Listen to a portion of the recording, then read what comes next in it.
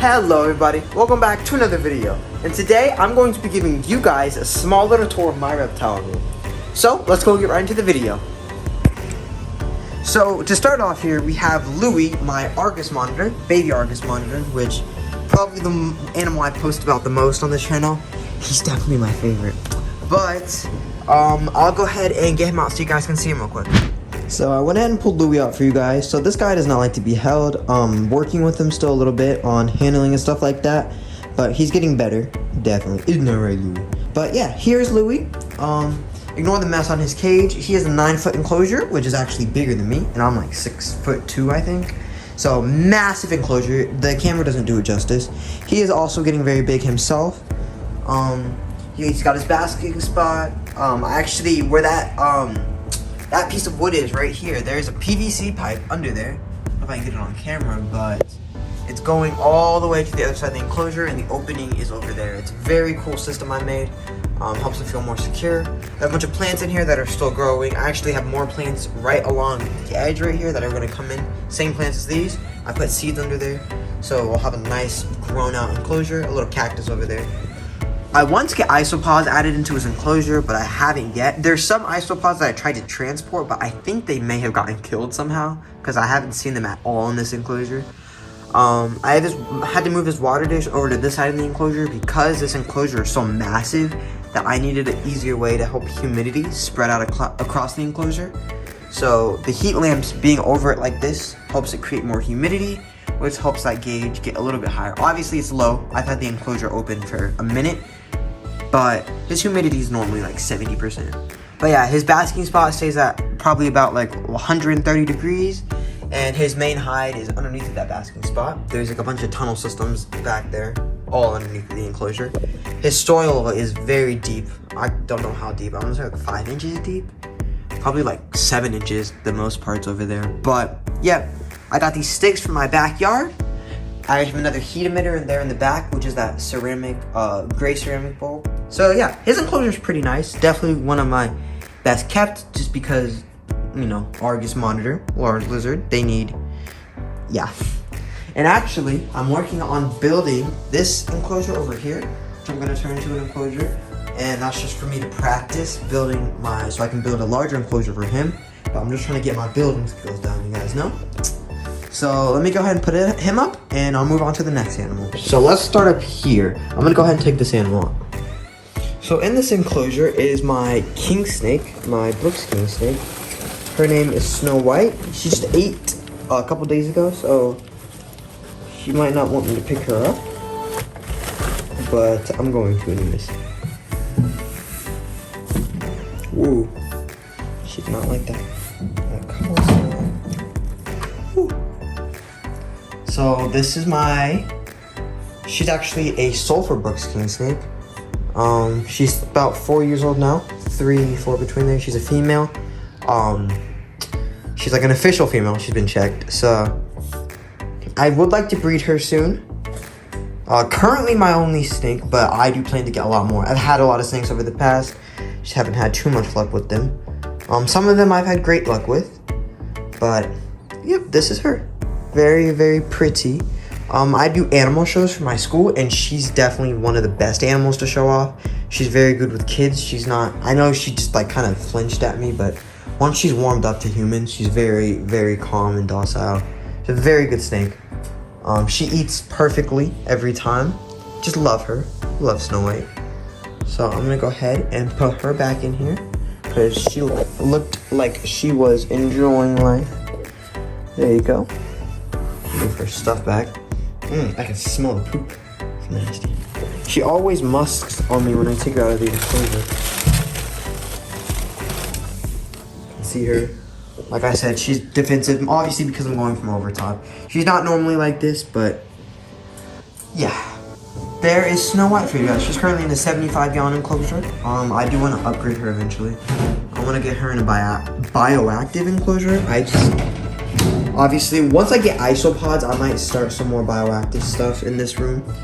Obviously, she has fake plants. I'm not really fond of fake plants. I like real plants, bioactive enclosures, like I said. But, I mean, yeah, I'll get her one eventually. But that is Snow White. So underneath the Snow White, down here, we have my turtles. So these guys were just recently moved into this room. I tried to make a little turtle basking area for them, and I don't necessarily think I did too well. Here it is. Obviously, I took chicken wire and I cut it into squares, zip tied the corners completely. They can't get out. I tried, the part where I think I messed up on was the ramp right here. It's a little steep for them just because I think I'm gonna raise the water level up so that the ramp will obviously be higher and make it easier for them to get up there. They've used it a couple times, but like they have trouble getting down. They kind of slide, obviously, because it's so steep. But yeah, I tried to make this. I have a UVB, UVA halogen bulb, very hot. Not super hot, but like it's noticeably hot. I just thought this would be a cool little thing, kind of like a viewing station. When you walk around, you can see the turtles out once they get more used to it. Probably hungry, actually. I'd probably feed them for you guys. Let me grab their food. Okay, so the problem is that they're behind underneath of it, but I think I can still get the food through. Oh, never mind. Here comes OJ. He is the nice one. Squirt over there does not necessarily like me. Just gonna drop a couple in so you guys can get a cute little video of him eating.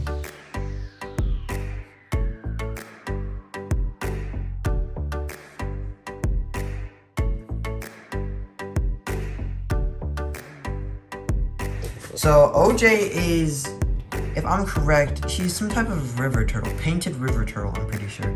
I had a lot of confusion with his species when I first got him, but I think painted river turtle. That's kind of what I started with, cause like the orange stomach, yeah. And then squirt over here. Can't remember what I ended up saying squirt was. Originally, I had like some sort of a yellow slider that was in my mind, but recently I had found a different species, which I don't necessarily remember the name right now. It was not a yellow slider. Let me see if OJ or Squirt will take food. If I drop it through the little holes. He looks like he's hungry. Yep. Just gobbling him down. There he goes. Yummy. So they are in a very, very large 75-gallon enclosure. Yeah, that's pretty much the location to it. The water is nice and warm because of the room temperature here is pretty warm, so it kind of settles out the water. But like I said, they were moved in here quite recently. They have a filter down there. Kind of hard to see, but the water's moving. That's the filter. It has an algae killer inside of it, one of those lights. And actually, sitting right here, I forgot to mention earlier, this is my target stick for Louie, which you saw previously, the monitor. Currently trying to target train him. Oh, looks like the turtle's target trained now. What? Okay, but yeah, I'm currently trying to target train Louie with this. Had success. It's working so far. We're getting there. But yeah, there's Squirt and OJ. So let's go ahead and move on to the other side of this shelf. So coming this way, we have our invertebrates. This right here is Pumpkin. This is my orange baboon tarantula. Oh, I can't get the stop off. She is by far one of the longest animals I've had. I've had her for years, actually. Got her as a baby, or him as a baby, sorry. Got him as a baby. He was in one of those little capsules before, and then he was in like a little cricket case container, and now he's in this. This is kind of like his final enclosure. Definitely one of my favorites. Obviously, orange baboons, very aggressive species. They're just known for that behavior, that attitude. He eats every time, eats like a charm. One of my favorite tarantulas, just because I've had him for so long. And yeah, that is Pumpkin. Let's go ahead and move on right here. So right here we have my baby Asian forest scorpion. Obviously baby, so nothing much to it right now. He just ate the other day, so his stomach's a little big. He's gotten bigger since I've gotten him. You can't really tell on camera, like I said. If you've seen any of the pictures or anything, he might look the same size, but in person, he definitely looks a little bit bigger. Turn that on. So, very cool. He's a little baby. Very cute. His name is Santa Claus. Because, like, Claus. Got him around Christmas. Perfect name. There he is. It's pretty much the scorpion. Not much to his enclosure. It's just a little case. I'll put that back on. And that is the scorpion. Now let's go ahead and move on to the next animals. So over here, ignore this mess. Like I said, I was trying to build an enclosure. I'm still working on it. I'm not completely finished with it. Hopefully it turns out good. So in here we have, let me back up so you can see how big this is. This is my, the size. I'm gonna say 6x4 maybe, or 5x4 by like 3 or 2 or something small at the end. But this is my Uromastyx enclosure. So I have 2 Uromastyx, male and a female. Their names are Cheez-It and Kobe Jack. So Cheez-It is the male and Kobe Jack is the female. Just added a salad in there for them. It's a pretty bland salad for today. It's just carrots and collard greens. So that right there is Kobe Jack. That is my female. And then over there is Cheez-It. That's my male. The size difference is absolutely massive. Let me see. They're really skittish when they're warm like this, so they're not really gonna let me pick them up. Kobe Jack might. Nope. Yeah. You know, your Uromastyx are known for like this behavior, but so that's the male right there. Oh, his eyes are so dark, they're black. And then let me see. I could probably pick up Kobe Jack. There we go. So here's Kobe Jack. It's the female, very cute. I absolutely love Uromastyx. Their colors are absolutely like popping right now, or at least Kobe Jack's is. I'm not sure about their luck with eating, so like I haven't seen any poop around the enclosure, so I'm not completely sure if they've been eating. But I replace their salad every day.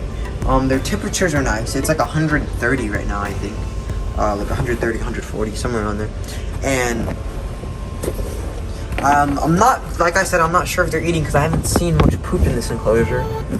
So I'm keeping an eye on that. If they don't eat like within the next week, I'm probably going to try something different. Probably going to try to put those little honey granule things in their food and see if that helps them a little bit. Because I've heard that really kickstarts your Uromastyx into eating. Yeah, their enclosure is large enough. Their enclosure is massive for your Uromastyx. So I just went ahead and went overboard because why not? Hi, buddy. Hi. Obviously, the male is a lot more rude. The female is nicer. Kind of went for the whole slate stacking method for the basking spot, and also works as their hide underneath. I'm currently growing a little more plants in this pot right here. Can't really see it, but they're coming out. I promise. There's a lot. It's going to be very large. Just gotta give it some time for the seeds to come out.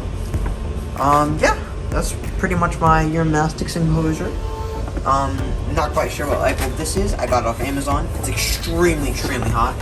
And then over here I have another UVA, UVB halogen bulb. And oh my gosh, I just realized it's not even on. Wow. I wonder if that blew out. I didn't even notice that before. Until right now. I'm gonna have to replace that then. Oopsie. Alright, well, glad I did this video. Now I know that's out. I can replace that light bulb. But that was a UVA UVB light bulb. Also very hot. So they had a nice hot basking spot. I'm pretty sure their basking spot is still extremely hot. Just because of how, yeah, it's very hot. Just because of how hot that bulb is on its own. But yeah, that's my Uromastyx. So let's go ahead and move on to the next animals. So moving on from the Uromastyx, over here we have our frog enclosures. So before we get into that one, we're gonna start in here. So this is my white tree frog. His name is Jerry. He actually had a brother.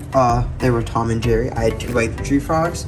Not quite sure what happened to the other one. He did die, but I'm not sure of the cause or the reason. Kind of random. They're both babies though, so I'm not sure really what went down. So here he is. Get him up real quick. Very good with handling. He doesn't really have a choice though. Here he is. He's very cute and fat and adorable.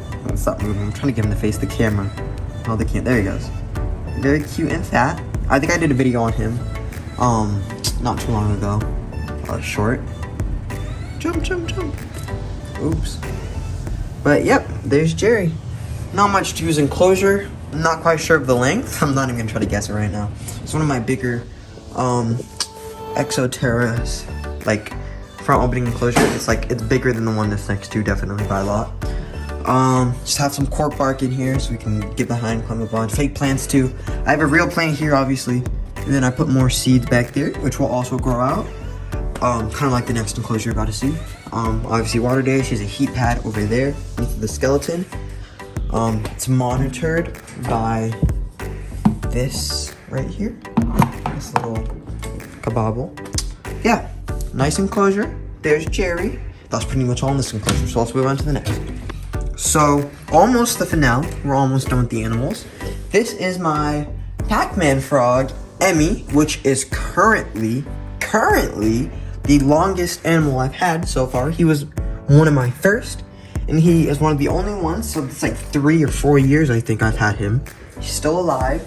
He's kicking. I got him as like a baby juvenile also, so he's grown up with me. So let me go ahead and like push him out the dirt real quick so you can see how big he is. All right. Emmy, show them your true size. Here he is. There he is. He is a massive frog. Really, like, look at that.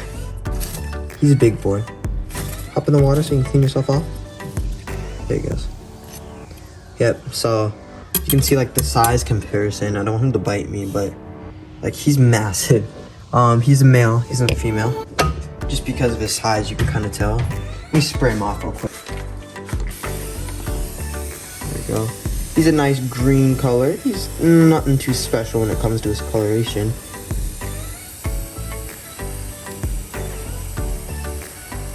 Has a little bit of red on him too. A very cool looking frog. One of the next frogs I'm planning on getting is the pixie frog, which I'm gonna put in this enclosure right down here. So this is gonna kind of be like my amphibian slash frog rack. Mostly frogs. But yeah, I want to get a pixie frog down there sooner or later. Here he is. Very cute frog. When he was younger, he used to be very vocal. Like, he'd be screaming in the middle of the night. It was crazy. But he has since then, like, calmed down. And these are the plants I have in here. When I sprayed it down, they got heavy. Whoa, buddy. The camera was in my face. I didn't even see him leap like that. Gosh, trying to go for my fingers. But yeah, these are the plants. These are lentils, the lentil seeds that I found that I could plant them very easily in these enclosures after I dropped them while trying to feed the Uromastyx, and then it sprouted. So I started planting these in all of the enclosures. Very nice plants that grow super fast and just kind of like take up space and help the plant or enclosure look filled. So yep, there's Emmy. Very cool frog. Very adorable. We love Emmy. And now time for the last animal, guys. So I'll see you guys out there. Alright guys, and so these are the final animals. This is to finish it off. So this is a 75-gallon enclosure. This is actually in a different part of the house. So in here, this is where the turtles were before I moved them in that enclosure in there that you guys saw. But these are my 2 goldfish. Not quite sure of their names actually, but they're goldfish. Very big. You can see the size compared to my hand. There are 2 plecos in here also. Not really sure where they are. There's one right there underneath. So there's another one in here. They were also babies when I got them, so they've grown quite a bit. Obviously the tank has a lot of algae in the bottom, and that's just because the turtles were in here. And that's part of the reason why I moved them in the first place. Because as you know, turtles, since they're reptiles, they create a lot of algae, especially over time and stuff like that. So I went ahead and moved them out of here just to help the fish and make this tank look a little bit more prettier, because I mean, it's in the living room, so you gotta make it look nice. There's not much to this tank other than the fish and just rocks at the bottom and a couple stuff here and there. I'm gonna add more stuff in here though as time goes on, like more fish and probably like plants and stuff like that. But for now, this is what we're working with. I'm giving it treatment to help get rid of the algae to make it look nice again since the turtles are out. And then I'll probably start adding stuff in here. That's pretty much it for this tank though. And here's one of my dogs, Liberty. She wanted to be in the video. Hi, Liberty. Alright guys, other than that, I hope you enjoyed today's video. If you liked it, don't forget to like and subscribe if you want to see more content like this. And I'll see you guys in the next one. Peace.